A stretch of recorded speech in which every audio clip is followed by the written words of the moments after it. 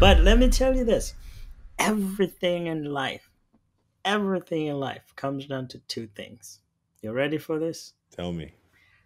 It's security and safety. Mm, Everything. Safety, security. Safety, security. You go to school to get a job, safety, security. mm, You find a partner, safety, security. Money, safety, security. Everything comes down to safety and security. mm, And do you know what else comes down to safety and security? It's vulnerability. Being able to feel safe mm. and secure in the other person, that they're not going to judge you, they're not going to do this, that, and the other, to feel that safety and openness. That's what puts you in the place of feeling the ability to share whenever whatever things comes up. Yeah. Yeah, that's huge.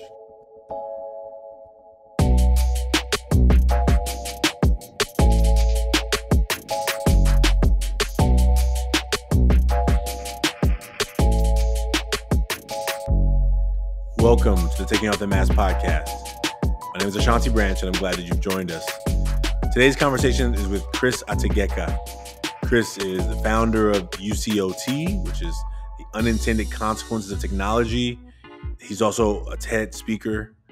He's a curator of TEDx Oakland, and I've had the opportunity to speak on the TEDx Oakland stage just a year ago. Chris and I also have met through another organization, a local leadership organization, and I had a great opportunity to get to know him and to learn about him. But this conversation is not about any of those titles. This conversation is about masks and how he as a leader, as myself as a leader, are trying to do good work in the world sometimes comes with a lot of hard work. One of the stories that will come up in this conversation is around me having COVID-19 in July and showing up to his podcast to get interviewed, feeling like I was out of energy. And I just pushed through it. And I didn't want to tell him that, hey, I have COVID and I should probably reschedule because I really have this feeling like I don't want to fail anybody. And we talked about that as well. And he was shocked that I hadn't told him. He was shocked that it took me weeks later to tell him. And it's a journey that I work on as well as a leader of how do we, as leaders, find places where we can be supported when we're the ones who are always in charge, when we're the ones who are responsible for everyone else. It's a journey. So you hear a conversation between two leaders, two men, and two brothers that are coming together from different experiences, different backgrounds, different challenges in life, but trying to help make the world better for others. Welcome to Taking Off the Mask podcast. And if you want to be a part of this movement, you can also make your mask at www.100kmasks.com. That's 100, the letter K, masks.com. And join this movement. And if you're inspired by something you hear today, please share it, subscribe, like it, rate us, help us share the message with others so they can find it like you did. Thank you for being on the journey with us. We look forward to seeing you soon. Welcome to the Taking Off the Mask podcast. Chris, I'm glad to have you with us. How about we do like this? I think we talked about we're going to actually make our mask right now because both of us have been running around and we're going to actually make it together. So why don't we start by you just introducing yourself, like tell the folks who you are, what you've been up to, like just tell us a story about who you are and then we'll jump into the conversation. Awesome. Thank you. Thank you, Ashanti, for having me. I appreciate that very much. So my name is Chris Ategeka, and that last name comes from a small country in East Africa called Uganda. And I've been in America for about 15 years now. Um, who am I? I'm an entrepreneur. I am an engineer. I'm a dad to a 15-year-old, and I continue to work on products and services to try to make the world a better place. Beautiful. Fantastic.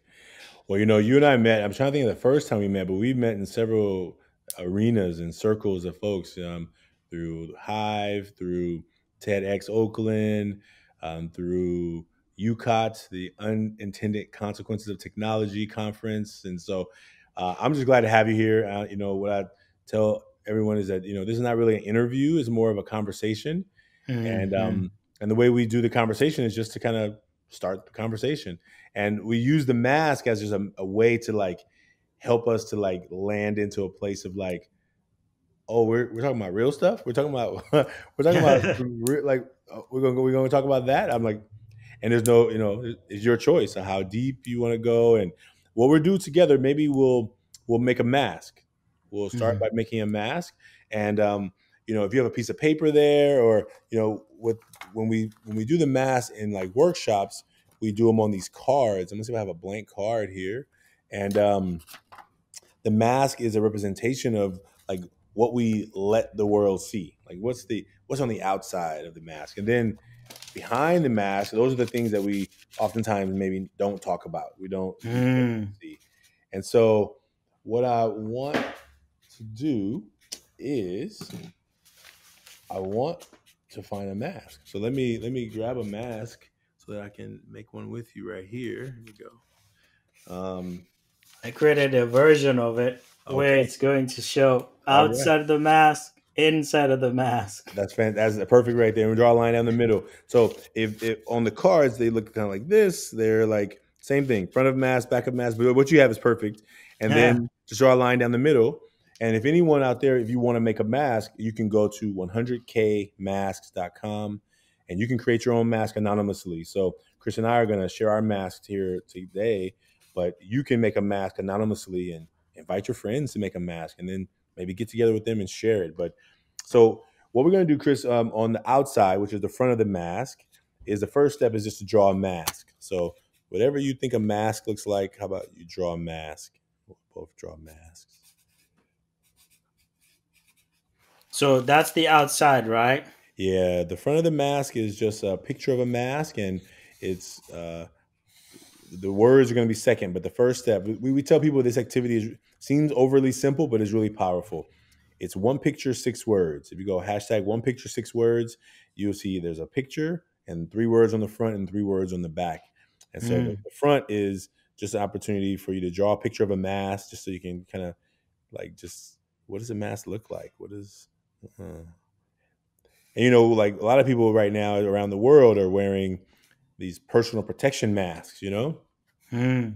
like things that protect themselves from this pandemic we're in. But we're not talking about a personal protection mask. We're talking about like this emotional disconnection mask, right? A mask that blocks us from being really fully known or really fully seen by folks. Oh wow, that's deep.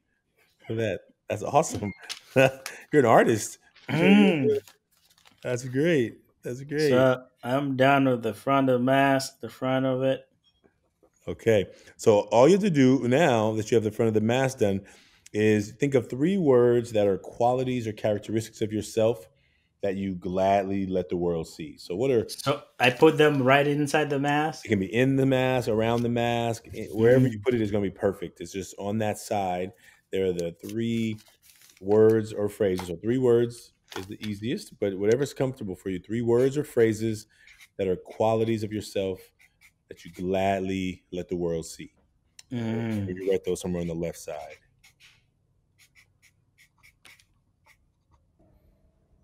Awesome. Okay. We are making our masks in real time. Man, this is beautiful. This is the first time we've done this. Guys, Oh, this I think. don't show it yet. Don't show Oh, it no, show it. yet. Not yet. Okay. Not yet. Not yet. We're gonna show them The together. reveal process. And I then- like the suspense. That's right. Because the people right now are making their masks. We don't want them to like take one of your words to make it easy Mm. on themselves. We want them to like come up with their Think own. about it. Yeah. Like what Yeah. words or what are the things I'm letting people see that I want people to see. And this is not the question. The question is not what things do people see, because people can Mm. judge us in certain ways that they could be wrong. We're not asking you what do you think people see. We're saying what are the qualities that you let people see. What are the qualities that you intentionally let people see? And then the back of the mask is different than the front, right? The back of the mask. What are the things that you normally don't talk about that you normally don't let people see. So if you can think of 3 words or 3 phrases that you feel comfortable writing, of things that you normally don't talk about, that you normally don't let people see, you can write those on the back. On the back of the Yeah. mask. Yeah. Got it. Hmm. All right. Let's see.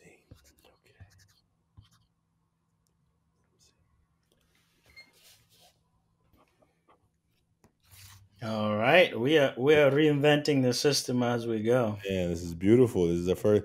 Like what I tell people is that there's no list of questions, and we just take it to, and it'll be a natural time when it's like, yeah, we hit that right spot, right? And what we've also invited people to do is to do like a face to face. So like we invited people to like bring a friend, and they will do a face to face mask with that person, so that it's like, what if you had somebody who you knew but you wanted to build a deeper connection with, like they can come together and they do a mask, or they have somebody who they don't know at all. Maybe we put 2 people together and say, hey, we have a person we want you to do a face to face with. So the goal for this activity is to build connection, So thank you for being a part of this today. And what we've actually done is a model that we could actually use with our face to faces. Like they just show up, they're ready, and then we'll say, well, you ready to share? So the question is, Yeah. do you want to go first? Do you want me to go first? Do you want to go front and then share your back, and then I do front and back, or do you have an idea of what feels good for you right now? I think you'll run the show. Tell me what is easy. We'll go with it. The show is about the guest. So if you want me to go first, I can go first if that feels good for you. No, so I can go first. Okay. So we do the inside of the mask. So let me hide the outside. And then share, and then you can go. Cool? Okay. All right. Sounds All good. right. So here's my inside of the mask. Don't know if the camera can pick it up. Yeah, we got it. So it's like funny, resilient, and hardworking. Awesome. Awesome. Okay. We want me to share my front now? Mm-hmm. Okay. So here is my front. Let me see. You can see it? Okay. So it says funny, Serious. serious, and hardworking. Right we there. are we are so similar. Oh my gosh. Okay. That's So funny. so you want to talk about any of those? Man, that's why we had two. This is the first time I've actually had 2 of the same words with anybody. 2 out of 3. So that Man. means we are wearing the same masks. Funny. Oh man, Yeah. which one of those is like resonating? Like which one is? So we had both funny and hardworking. I had serious, and you had, what was the other one? Resilient. Resilient. Yeah. Yeah. Oh man. I think, I mean, that is true, but I also um, like to embody it because my life is to try to be useful and, help folks kind of navigate life and see that North Star, their purpose in this life. So it's not going to be smooth. It's not going to be easy. So it takes a little bit of being resilient in the process for it to eventually happen. So there's truth to it, but I also like to exude it outside so that it inspires others to live the same. Yeah, man. And I wrote serious, right? And I think in my serious, it's in order for me to like push through the stuff that tries to block me, right? Like being funny is great because I try and make things light and for people around, keep things light and fun. But serious is like, well, I gotta get through it. Like I gotta, like, okay, it's time for business now. It's time to like keep pushing. It's time to keep moving, right? It's time to, you know, sometimes I just want to be like, okay, I just want to lay on the floor and just do nothing right now. I got stuff to do. I got stuff to do. Gotta get this thing done. I got this thing coming. It's like, and that connects to the hardworking, like, right? Like I think and I think the hardworking is deeply connected to some of the things that may come up on the back, like just of what I think that if I'm not working hard is going to mean about myself, or what it's going to. I liked working hard. I'm not against. I love hard work, but I also Yeah, yeah, sometimes I take it to the extreme. Like, yeah. And you're not alone. So let's share back and see how they're related to the front. okay, okay, So my back has 3 things on it. So one is failure, the second one is anxiety, and the third one is vulnerability. So, to your point, fear of failure is associated with hard work. Responsibilities, anxieties are associated with hard work. And then the vulnerability part, I think to me, that's very hard to even talk about, is the idea that when I see someone else being vulnerable, I see that as strength. But when I am put in that position to being vulnerable, it kind of feels like a weakness. So I kind of like try to avoid it. And there's a whole lot of history attached to it. While growing up, being like, step one, you're homeless on the streets, and in order not to be jumped, in order to you don't want to show any weakness, because you want to show strength, you want to show you're tough, to navigate, because people will see your vulnerable spots and your weak spots and kind of try to pick on you on those. So for me, it was a necessity for survival in those instances. And then I find myself, kind of growing up, and the whole concept of being vulnerable, it's like it become, if you're poor, like, and a lot of people who are poor, when you're really really poor at the bottom of the barrel, you Mm-hmm. really don't want to put your laundry out there into the world, right? It's a luxury for a lot of people to be vulnerable, like, oh well, we live in a mansion, but last week we decided to just spend a night outside in a tent, because we just wanted to camp out, it's fun. Versus, you don't even have a tent, so you don't have the luxury to be vulnerable, because you want to exude this positive energy. But anyways, I can go on and on and on, but that's a very sore point for me. Oh man. Well, I mean, I think it's really. Let me share mine because I think it's deeply connected in a lot of ways. Um, I normally write fear of failure, and today I wrote something a little different. So I wrote fear. So mine on the back says fear, not enough, sadness, and childhood trauma. Mm. And the one that stands out to me when we talked about vulnerability, this idea that I always, when I see people who have done amazing things, and I'm like, man, can I do that? Can I, like the story I tell myself is that I got something I want to say, but can I do it like them? And I get into comparison, and so my fear comes up that you're not who are you? You're not enough, right? You don't get to brag on yourself. I was taught growing up that bragging was not positive. Like you can't well, you think you are special. Like I remember when I was a senior in high school, I was in this situation where like I sometimes didn't talk about it. But my friends, my close friends knew I was going to college. Like they were really like my protectors in a lot of way. But I didn't really talk about it to other people because it was like seeing the first fight I ever had. The first fight I ever had was because I was arguing with the teacher about a grade. She gave me a B on this paper that should have been an A, right?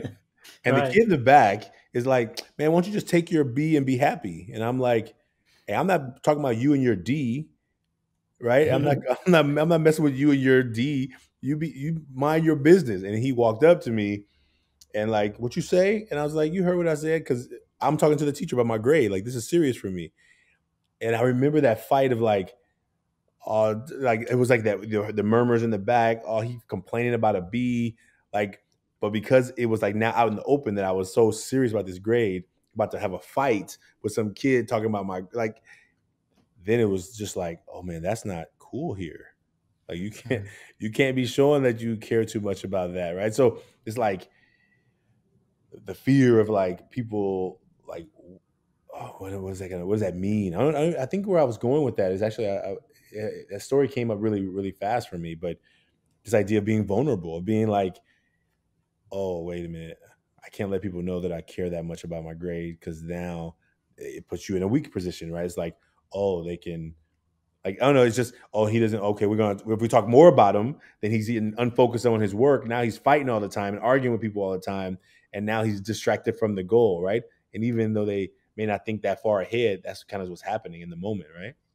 Yeah, yeah, Yeah. and it's fascinating. Like I said, it's very fascinating to see certain class of people share and be vulnerable. It's easier if you grow up having, or you already have, to share vulnerable moments, because for you it doesn't take away from the dignity the same way it does for a person who's poor. Someone who's really poor, they're trying to hold it together, they want to appear like they are doing well, they don't want to put their worst parts of their lives out into the public for everyone to see, because sometimes people care and other times people are just going to laugh at you. So you really don't want to put that out there. But man, you meet some other Americans who come from a certain class. You meet them the first 5 minutes. They tell you about their chickens. They're trying for to get pregnant. They put everything out there into the world because they have the luxury to be that vulnerable. The Mm, other class of people don't. It's mm. fascinating.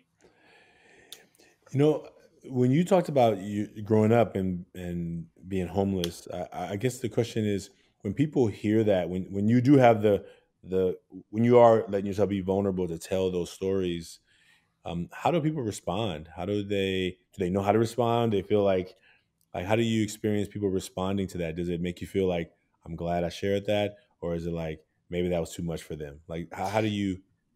Yeah, no, over time you kind of adjust and know your audience. Again, it goes back to the comfort. Like right now, I'm fine. Like I've navigated life and I got someplace.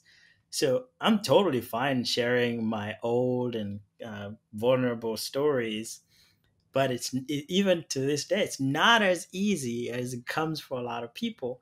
But I'm a little, better and share more easier now because it's not it's not an embarrassment.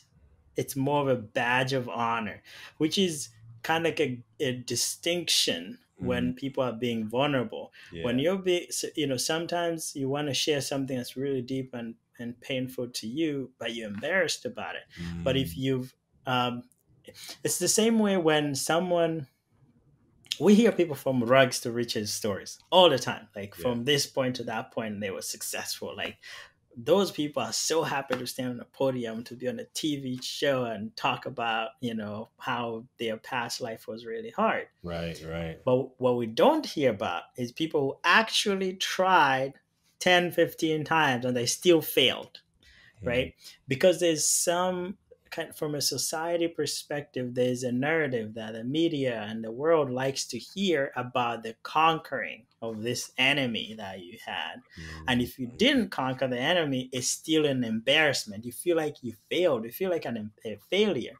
So, yeah. to your question, the audiences that I speak to nowadays are more kind of interested in the journey of how I got from where to where I'm at now.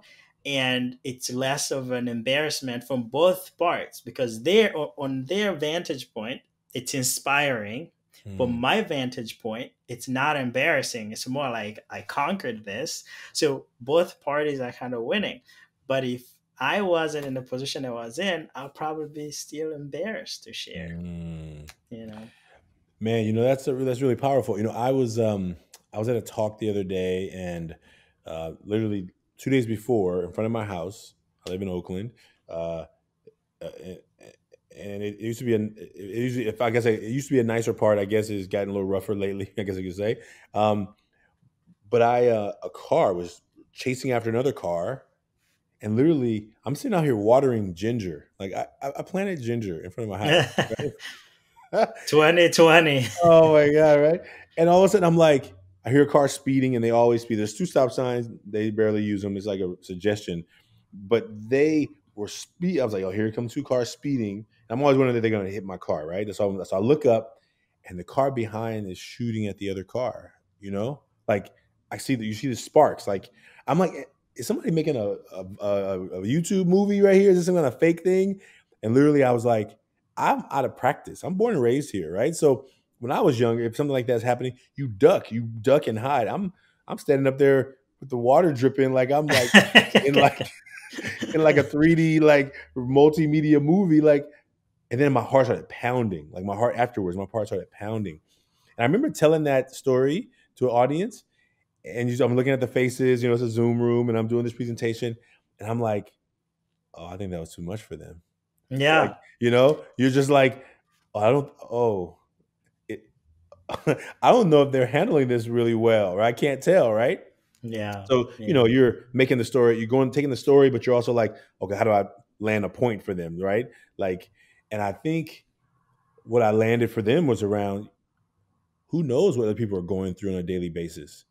Who yeah, knows what situations, traumas, sadness, fears are happening in their neighborhoods right down the street from them, and they don't have anybody to talk to. I'm telling you this story, but it may not resonate with you. But what is the story that resonates, right? So like, but when you recognize that I'm sharing something that was really fresh, it just happened. I feel kind of embarrassed, like that my neighborhood is like that. That would happen like right in front of my house. Like I feel some things about it after I told the story. While I was telling it, I had a good point, but when I realized it wasn't landing, and that's when you make the decision, like, oh, okay, that they don't really want to know about the real Oakland. They just want to know the story of Oakland. No, this is what's happening right now. Like yeah. just yesterday, It's 2 days ago. the conquering part. They want to hear that right now you're in Beverly Hills. You were born and raised in Oakland. You've seen all the rough parts. Now you're out. It's the comfort that people like to sit in that comfort. They don't want to hear things that are uncomfortable. And that's where you see this whole, crisis of homelessness going on. Yeah, And people have a hard time having a conversation about it because you want to you just want to have this belief that the thing doesn't exist and people just walk and jump over people and keep going on about their day. yeah, But yeah, it's the comfort. But to your point, I think even to your earlier starting point, the idea of like a need to know basis. So there are some stories about our lives that I think is on a need to know basis. Sometimes you really maybe don't want to burden the other person with it. Maybe the other person doesn't care and there's no need and there's no reason. So there has to be some sort of like, is your sharing this bringing any value to the other person? Is it bringing value to you? Do you feel like you remove something off your chest and that's why you're sharing this? But it's sharing for the heck of sharing. I think it does disservice of both parties. yeah. I mean, you're a great point. I mean, I think Yeah.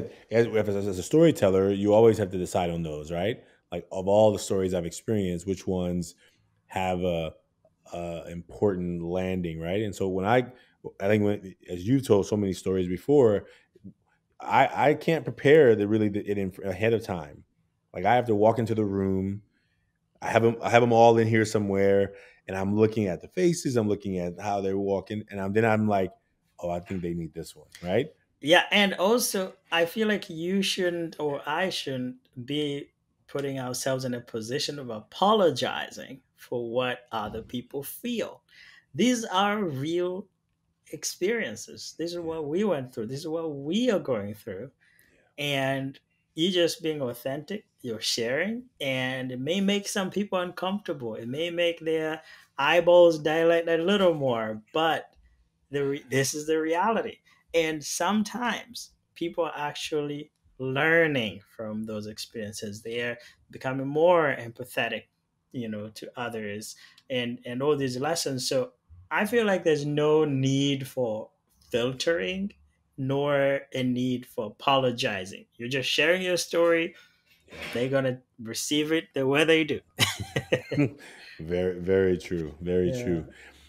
You know, growing up, as you told just a little piece of your story just a little while ago, and now that you said, okay, I can tell the story. I like the when you talked about the badge of honor, right? Like, you and I had so full like transparency. I know Chris from before. He invited me to be on his podcast, Gratitude Tribe, and I'm sure he's going to tell us about it a little bit later. The day I was being interviewed by Chris, I was battling COVID-19, That and it still blows my mind. Yeah. and I only recently told him because it just came up that I was like, yeah, I was trying to like keep myself propped up on the table, and I didn't want to burden you with it. You invited me to do this. I was like, yes, we get along really well. I didn't think that you would judge me, but maybe I did. I just never want to back down. I never want to like take my word. Take my word. I feel more bad about saying, "Hey, I can't do what I said I was going to do." I feel like I'm not keeping my word, so I hold this while I'm like spinning. I'm dizzy. I'm like I can't smell anything. It was a wild situation, but I was like I made a commitment, and so like I remember like resting on a table at my elbow, like just keeping my body up. And I remember once we finished, I was like, "Okay, yep, you're good, You okay." And gotta go crush. I Yeah. laid on the floor right there, and I was like, "Oh, I made it! I made it!" I hope he didn't notice that I was like out of energy, but it was like I just that fear of like even people who are close to us. Why do we hold back getting vulnerable with them? And that's maybe just me because I know I do it. But did you ever experience that with people who you were Oh yeah. even close to? Oh yeah. Oh yeah. So it's interesting that you brought that up. The idea. So people we love are easy to hurt. So I'll repeat that. People we love are easy to hurt. And they're easy because you know they're going to love you anyway. So imagine you have your parents and they tell you don't go out past curfew time. And you know it's wrong, but you're going to do it. You know, what's the worst could happen? They will be mad for a couple of days and they will probably get over it, right? So, because people we love are easy to hurt, subconsciously, I also feel like burdening them with certain information sometimes is also a consideration that we may not even think about, Hmm. that we put into consideration before we share. At the same time, also as humans, we always want to be in this position where everything is all right. And when things are not all right, oh, it's really loud. There's this sirens going on in the back. So sorry about that. No, not at Um, all. but if when we're in that position where you feel like, okay, this is a person I love, this is a person I care, but I also fear, like you have this fear of vulnerability, you don't want to be vulnerable with them. So that shows there's some sort of like a wall that all of us carry, all of us keep with us. There's some information that us and us alone, Yeah. and then there's past that there's something you share with a close friend, and then so it's like layers. You're layer one, and then there's a layer two of like you Right. can tell your parents or your friends, and then there's layer three, and there's layer four, and then there's strangers. um, but I think it's a very universal phenomenon where people sometimes don't want to hurt the other person's feelings, disrupt their day. Like a good example, like I would my brother um, parked his car, and there was a kid who is like 2 years old who crawled and decided to take a nap under the shade of the car. And this guy comes and he gets in his car and he just starts the key and starts driving without knowing that there's actually a kid under the car. Oh wow. So, luckily enough, the kid heard the sirens. Not the sirens, I'm hearing sirens. I got disrupted by them. The kid heard the engine turn, and then the kid decided to like jump, but it wasn't fast enough to get away from the car. They got away from the tire, Yeah. thank goodness, because the tire just ran them over. Yeah. But the car just dragged them, and they got, Mm, somehow, bruised and broke a few bones. yeah. But the reason I bring that story is that the being able to be vulnerable to share with people, um, sometimes you're like, so when you tell the story, do you want people's sympathy, do you want people to give you support? um, and for me, for you, let's say you're coming home and then someone's like, let's say you have a partner, and the partner's like, today I had a great job, the interview was amazing, and they're like in high spirit, everything is amazing, and you're like, oh, I just ran over someone, Mm, like so yeah. there's all these considerations that go on in our heads, Yeah. before we start sharing. And I think that's part of why even the people we love, sometimes we are kind of reserved from being vulnerable. Yeah, man. Thank you for that. And thank you for sharing that story. Like those are those moments where you're just like, okay, how do I talk about this? And if we don't have healthy relationships with people, we may feel like I can't talk about it. Okay, or what if you can, what if your brother came home and and his partner had a bad day too, and so now that person is sharing their bad day, and you're like, well, do I now like share my bad day on top of your bad day? timing timing is everything. It's like comedy, there gotta be a punchline time. But let me tell you this, everything in life everything in life comes down to two things. You ready for this? Tell me. It's security and safety. Mm, Everything. Safety, security. Safety, security. You go to school to get a job, safety, security. mm, You find a partner, safety, security. Money, safety, security. Everything comes down to safety and security. And mm, do you know what else comes down to safety and security? It's vulnerability. Being able to feel safe mm, and secure in the other person, that they're not going to judge you, they're not going to do this, that, and the other, to feel that safety and openness. mm. That's what puts you in the place of feeling the ability to share whenever whatever things comes up. Yeah. Yeah, that's huge. That's huge. You had a couple of nuggets in there that really resonated with me in terms of sharing the stories with people, and like people who we love are easy to hurt. And I think that we see that a lot of times with our young men in the work, right? Like they're taking it out, they're going through all this stuff.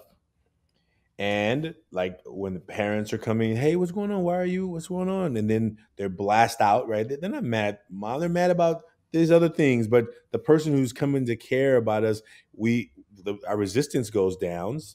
So now we're just like landmine mode, and all of a sudden now we've been yelled at somebody who hadn't done anything to us, right? And I think Yeah, both sides of that, like how do we get to a place where we can go and be vulnerable and find those ways of finding where are the places to be that are safe and safe and security, like with ever forward, sometimes I think parents were worried that their kids were going to talk about things that the parents didn't want them to talk about, right? And I'm like, well, hopefully they talk about it with you.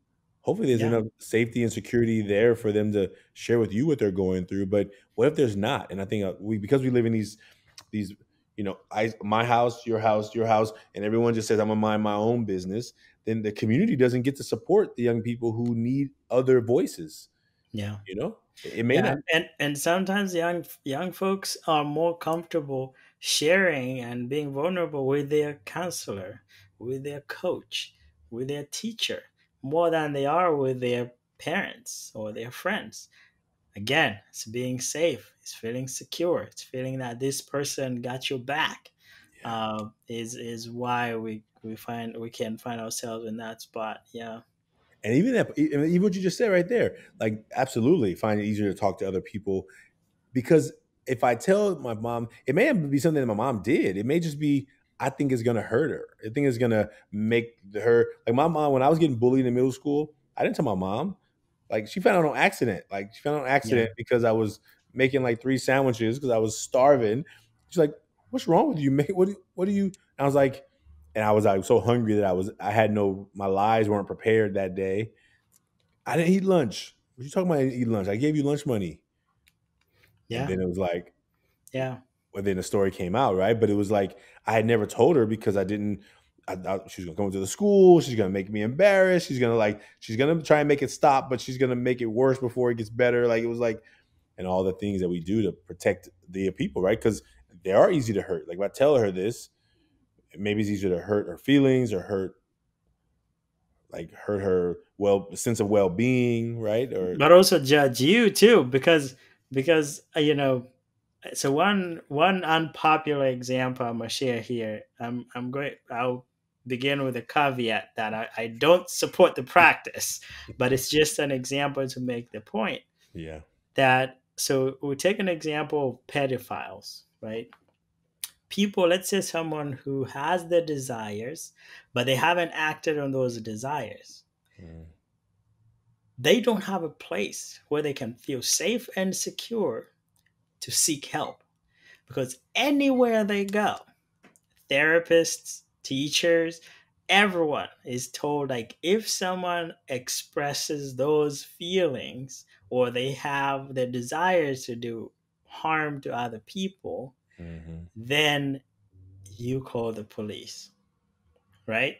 So right, it's such an extreme example, but just to kind of illustrate the point that everything for anybody to get help, they would need a place where they feel safe, they feel hmm, secure, and they can talk about their darkest secrets and yeah, don't feel judged. Like you being able to have a teacher or a coach or a therapist who is willing to hear you out, even if it may not be a popular opinion, it yeah, may not be something they support, but they are there to hear you out, yeah. is the reason that a lot of people don't have those bubbles and those places they can go to share.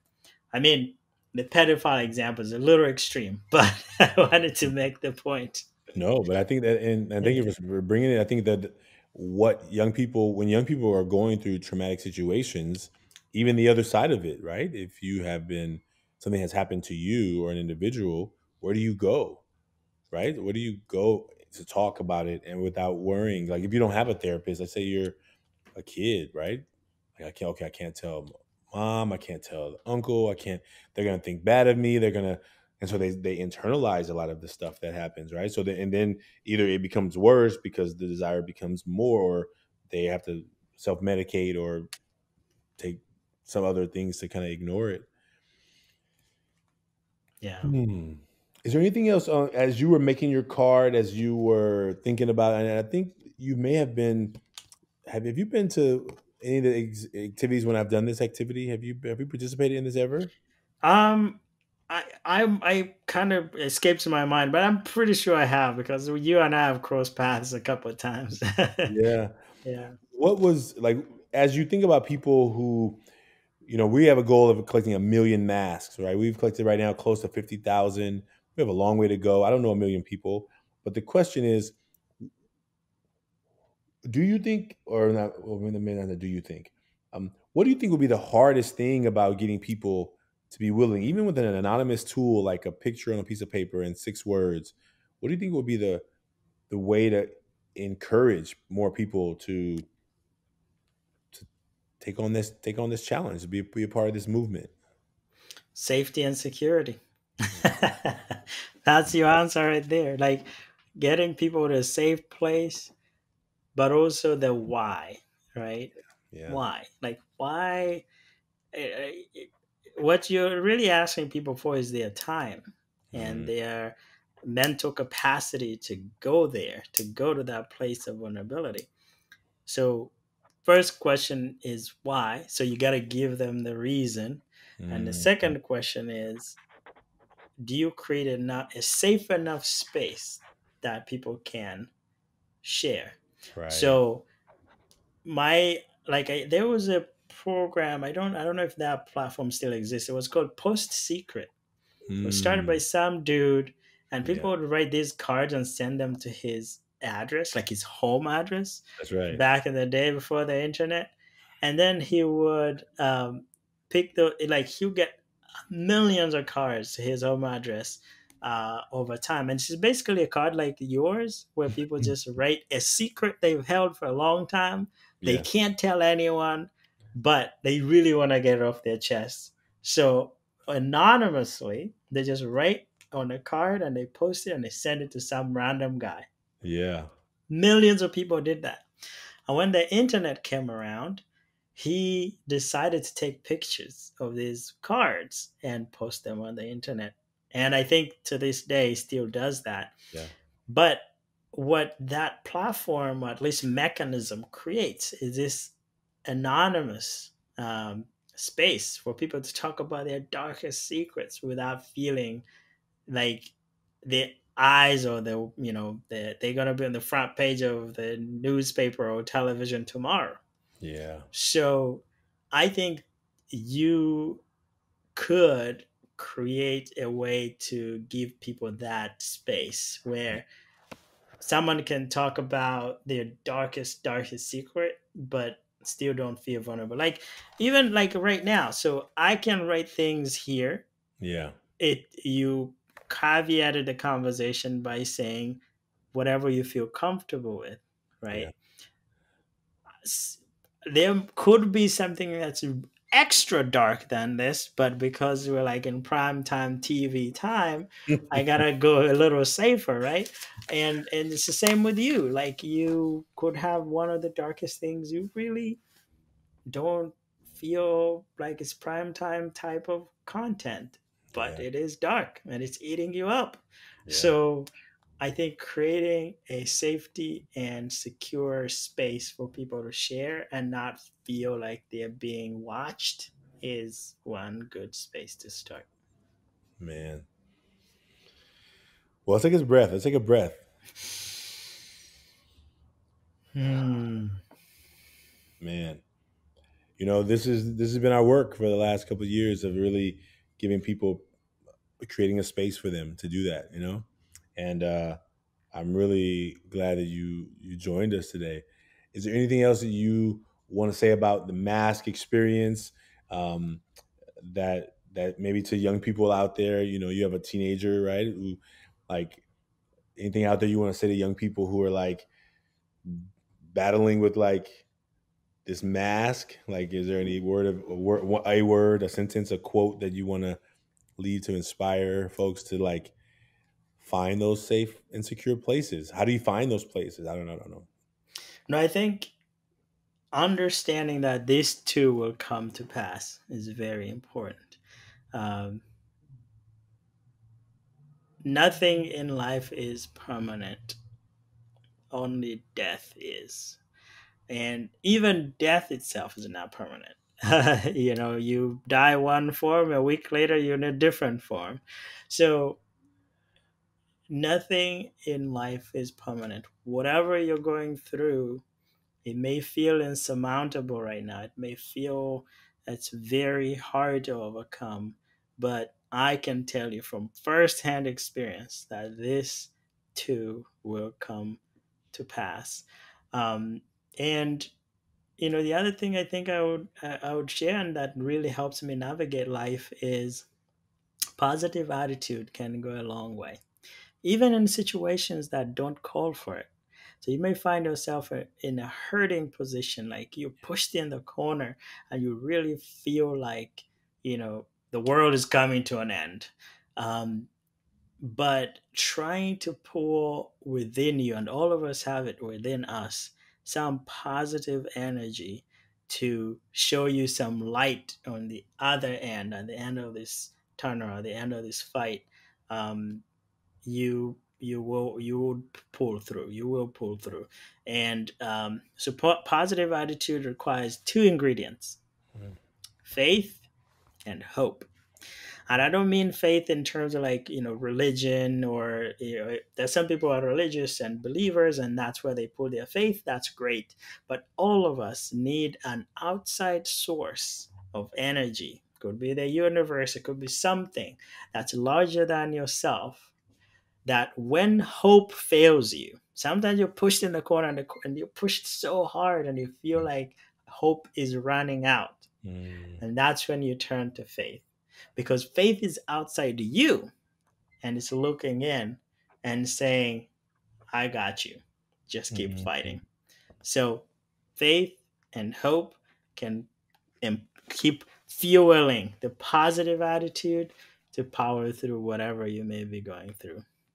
man, that's a nugget. That's a mic drop right there, man. Thank you, man. Well, listen, Chris, why don't you tell folks what you're up to, how they can follow you, tell them where they can find your podcast. Like, tell us how the folks who are listening can get in touch with you and learn more or connect with you. No, thank you. Thank you for that opportunity. But yeah, no, so everywhere on the internet, I'm at Chris Ategeka, from Twitter to Instagram to all the platforms. And my personal website is my full names, ChristopherAtegeka.com.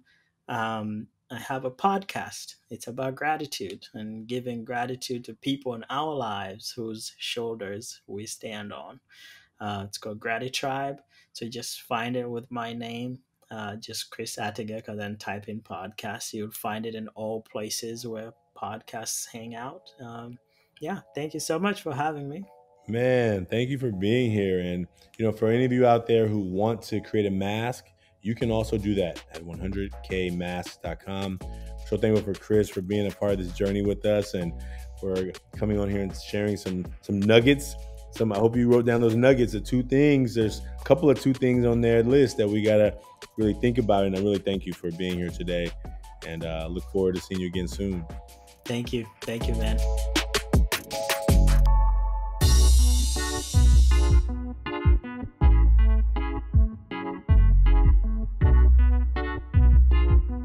If what you heard today you enjoyed, if you've listened to this and you found something inspiring, please like and subscribe this podcast. That's the best way for someone to find this podcast, maybe like you did. Please tell someone about it. If listen to some of our previous episodes, and if one of them rings out to you, please share it with somebody you know. We also invite people to join us in a face-to-face where they come together with another person to make a mask and talk about that mask together. There's short conversations, about 20, 30 minutes. So if that's something that's interesting to you, please send us a message, send us in the comments below, let us know that you're interested in that. And we look forward to you joining the movement of the Million Mask Movement. And check out our new shirt. I don't know if you can see it, but this is our new shirt, the Million Mask Movement. And so we'll have these soon available, but we look forward to you being a part of the movement and supporting our work. Please consider supporting the work that we do in Ever Forward and in the work that we do in the Million Mask Movement to let people around the world realize that they're not alone. Thank you.